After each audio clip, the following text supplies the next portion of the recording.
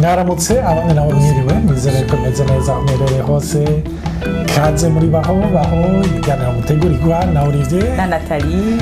Nizere yuko mumeze neza. Hariyo ibibazo byinshi abantu batubajije vyerekeranye n'ivy'amatemperament. Uyu munsi rero tugomba novuga kuja muri detail aho tu décrive novuga temperament yose, tuvuge ama point positif, tuvuge n'ama point négatif, hama tugerageze twerekane n'ice jambo ry'Imana ritubwira. Ariko bwa mbere etape ya mbere no kuvuga kuma caractéristique yabo. Icambere tugomba kuvuga ku mukorerike. Ni giki kigaragaza umukorerike cambere tuvuga kuri point positif. Ubwa mbere na mbere nashaka gushimira abakorerike bose. Niyo Imana yararemye abakorerike ntiyihenze. Gusa nuko iyo utari umukorerike abandi bantu ntibagutahura. Kandi n'ikibazo c'abatapano yose burya uri umusanga ukaba mu melancholique cyane babona yuko utameze neza. Donc nashaka guhumuriza umuntu wese afise temperament colérique. Nukuri n'umugisha uvuye ku Mana.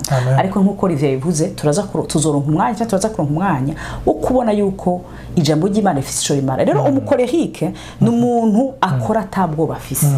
Kandi ni ikintu ciza cyane muri histoire turabona abantu benshi babahizi, aba leader benshi bari abantu b'abakorerike. Rero kenshi barabacira urubanza bati nta mitima bagira, ntibumva, ntibameze gute, ariko n'abantu bakora sans peur. Rimwe na rimwe hari igihe amadecision mwana asaba kuko atabigomba wumviriza. N'abantu rero nkuko yarabivuze umenga nabagwanyi. N'umuntu kenshi usanga ni hamwe dusanga ba activiste, usanga bari ko baradefanda amayida akomeye ntatinya gushoka. Ariko mwibuke tubiravye muri ubwo buryo ushobora kuvuga ngo ngo uyu muntu usanga abantu bose umenga ari mu ntambara nabo, ariko ni n'abantu bashobora gutuma amakoze yavansa atari mbake kandi tubona bazanye impinduka kwisi.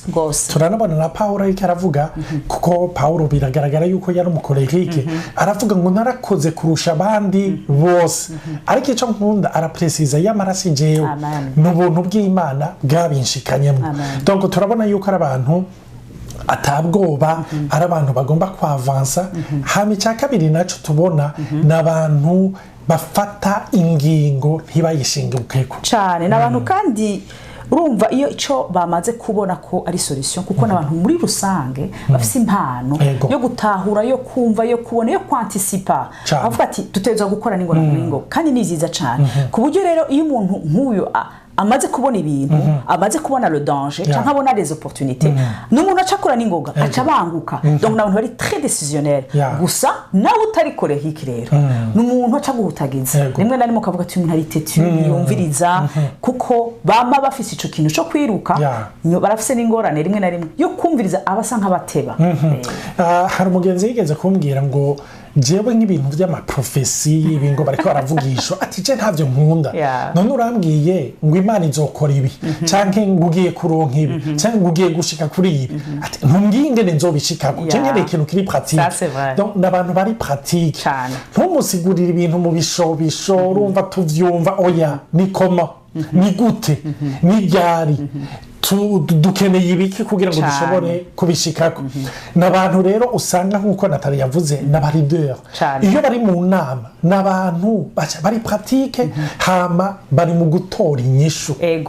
Kandi rero kubera bari très pratique uca usanga rero batafise patience, bisigura ko bashaka kubajanira. Rero iyo kuraraba umaze kwiga ivyo z'amatemperament biroroshe kubona tujye muntu ni naturel, kandi uwundi yo kumva umenga ruko araje kutuganza oyayi ni komeze niko yaremye. Hari ikintu kiri muri we kizana inyishu, aranka kutabona inyishu, ni ikintu kimutuma mwa security. Rero atabonye inyishu, atabonye iyo ategezwa gushika birababaza.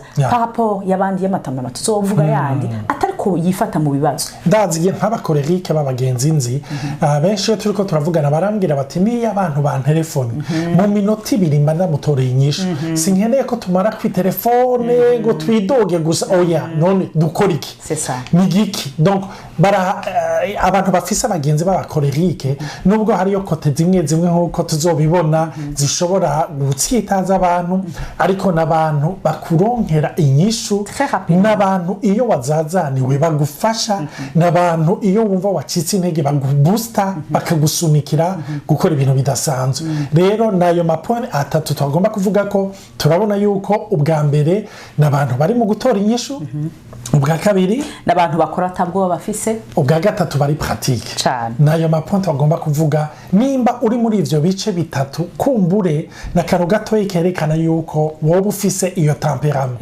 mugabo tuzobibona yuko hari ubuzima butuma rimwe na rimwe hari ibintu nk'ivyo ugenda wiga kuko turabona yuko umuntu ntagira temperament imwe gusa agira imwe idomina izindi ikindi naco arashobora kugira imwe ariko les experiences z'ubuzima zikamwigisha intege nke z'iyo temperament guca bugufi gutuza n'ibindi cyane Imana ibahezagire rero abafise ibibazo murashobora kutwandikira ngaha nyene kuri YouTube cyangwa kuri Facebook hama tukabishura inomero turazandika ngaha hama abatari yabonesha kuri waho podcast murashobora kubikora Imana ibahezagire murakoze cyane